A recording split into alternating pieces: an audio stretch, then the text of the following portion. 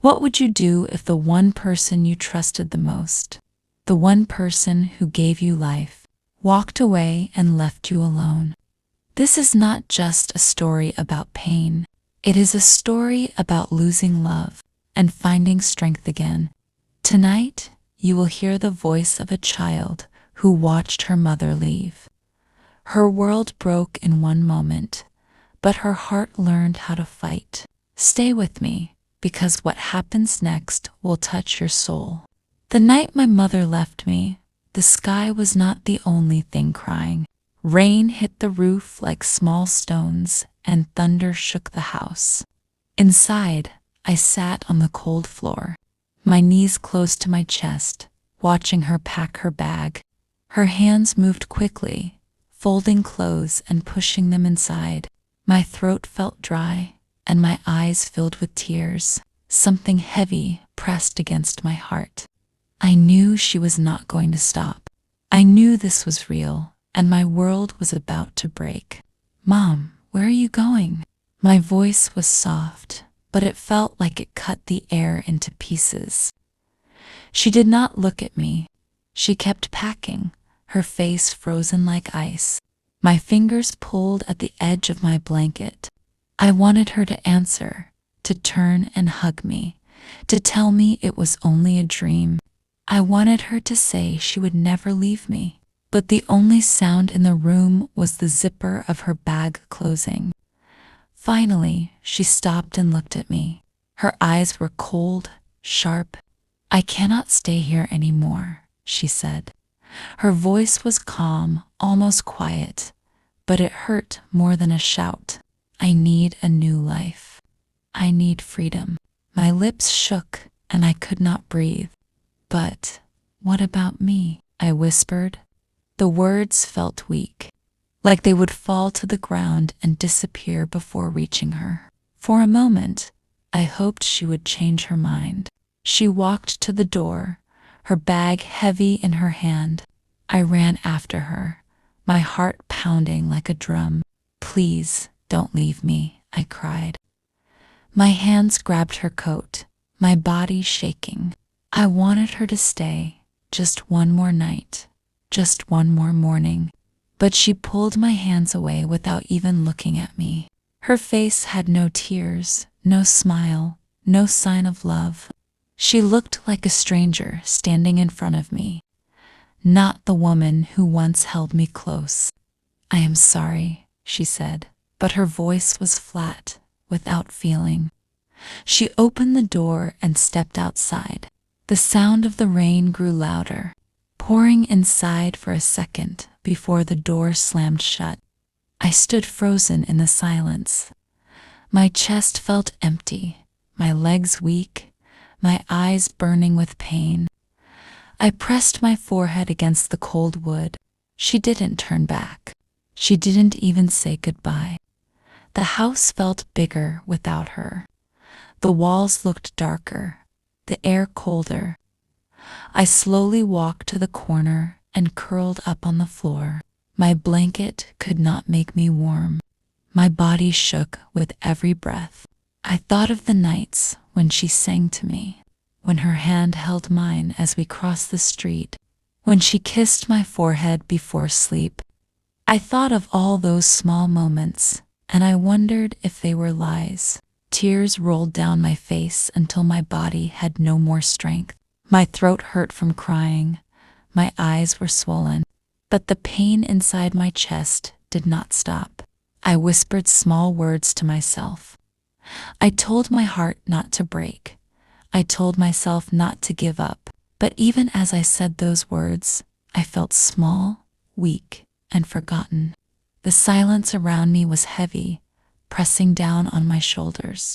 My world was broken, and I was left alone in the middle of it. The next morning, I woke up on the floor with my blanket half fallen from my body. My eyes were swollen from crying all night, and my head felt heavy. The house was quiet, too quiet. I stood up slowly and looked around. Her shoes were not by the door, her jacket was gone, and her favorite cup was missing from the table. Every small thing reminded me that she had left. I touched the empty chair where she used to sit, and my fingers shook. I whispered to myself that maybe she would come back. Maybe it was only a bad dream. The hours moved slowly. The clock ticked on the wall, but the sound felt louder than usual. My stomach hurt, but I did not want to eat. I sat by the window, staring outside, waiting for her shadow to appear on the street.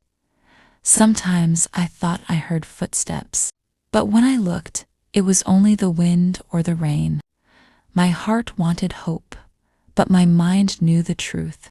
She had walked away, and I was still here, waiting in a house that felt empty and cold.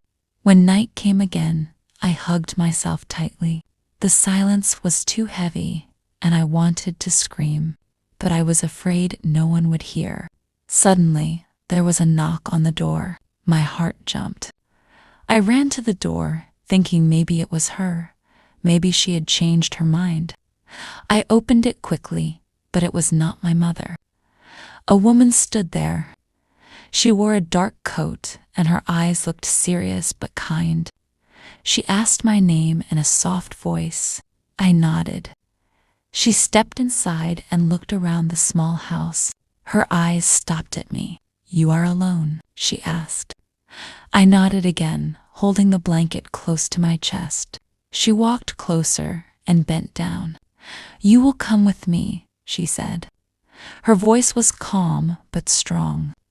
My lips opened to ask questions. She held out her hand, waiting.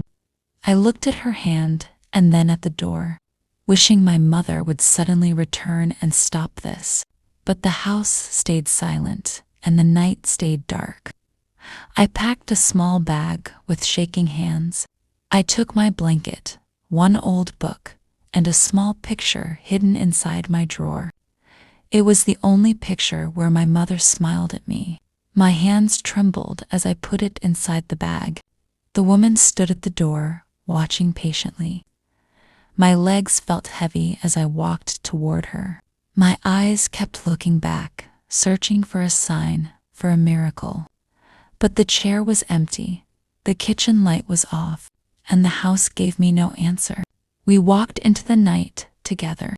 The wind was cold, and the streets were quiet. I held my bag close and followed her steps. She did not say much, but sometimes she looked back to make sure I was still behind. After a long walk, she stopped in front of a tall gate. It was made of metal, gray and strong. She opened it with a key and smiled faintly.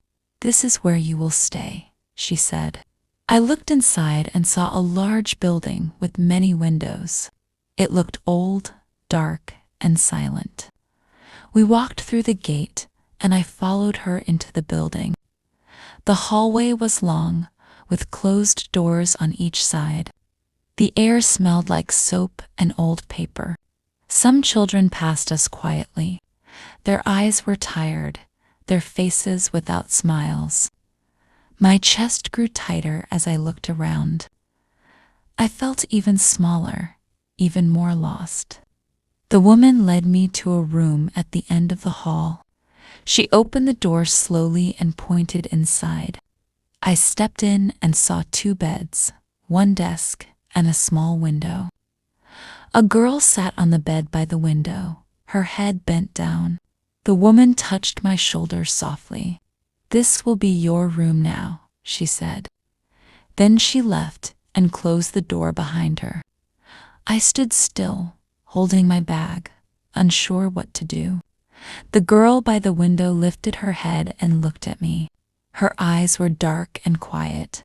For a moment, we just stared at each other without words. Finally, she spoke in a low voice. "Is this your first time here?" I looked at the girl sitting by the window and nodded slowly. "Yes." She gave a little smile, but it did not reach her eyes. "Me too," she whispered. "Only 3 days." Her words made me feel less alone. I walked to the other bed and put my bag down. My hands held tightly to my blanket, afraid to let it go. The girl looked at me for a moment and then turned her face back to the window. I sat quietly, listening to the sound of the wind outside, wondering if I would ever feel safe here. The nights were the hardest. The room was dark, and the silence made my thoughts louder. I missed the sound of my mother's voice, even if it was angry. I missed the smell of home, the little things that made me feel like I belonged somewhere. Sometimes I cried quietly, trying not to wake the girl by the window. One night, I felt something warm on my shoulders. I opened my eyes and saw she had covered me with her blanket. "You looked cold," she whispered. My throat closed with emotion. For the first time in many days, I felt kindness. Days slowly turned into weeks. I began to meet more children in the building. Each of them carried a story, and each story carried pain. One boy never spoke of his father, but he drew pictures of broken houses. Another girl laughed loudly in the day, but cried at night when she thought no one could hear. We all had scars inside us, scars nobody could see. But when we sat together at meals or played outside in the small yard, something strange began to happen. The sadness did not fully go away, but it became lighter because we carried it together. One afternoon, I was sitting in the garden behind the building. The sun was warm, and flowers grew near the fence. The girl from my room sat beside me in silence. After a while, she spoke. "Do you miss her?" My hands trembled. I knew what she meant. "Yes," I whispered, "every day." My chest hurt as the words came out, but saying them felt like opening a window inside me. She looked at me with soft eyes. "I miss mine too," she said. We sat together, sharing the same pain, and for the first time I did not feel invisible. One morning, a worker called my name. "Someone is here to see you," she said. My body froze. My heart beat fast. I walked slowly to the front room, my legs weak. When I entered, I saw a figure standing by the door. My breath stopped. It was her, my mother. She wore a long coat, her hair tied back, her eyes tired. I could not move. I could not speak. She looked at me and whispered, "I am sorry." My chest burned with anger and hope at the same time. She stepped closer and reached out her hand. "I was scared," she said. "I thought I would lose everything, but instead I lost you." My eyes filled with tears. Her voice was shaking now, softer than I remembered. "Can you forgive me?" she asked. My whole body shook. My heart wanted to run to her, but my mind remembered the night she walked away. My hands clenched tight. "You left me," I said in a broken voice. "You let me cry alone." She closed her eyes, and tears rolled down her cheeks. "I know," she whispered. "I was wrong." The room felt heavy, filled with silence and pain. I wanted to scream, to cry, to ask her why I was not enough. But I also wanted to believe her, to feel her arms around me again. My lips opened, but no clear answer came out. My mother stood there, waiting, her hand still reaching for me. My chest rose and fell with each breath, and my eyes burned with tears. I did not know if I was ready to forgive, but I knew my heart was changing in that moment. Life can be hard, and sometimes even the people we love most may leave us. But remember this, being left behind is not the end of your story. It is the beginning of your strength. You still have a voice, and you still have a future.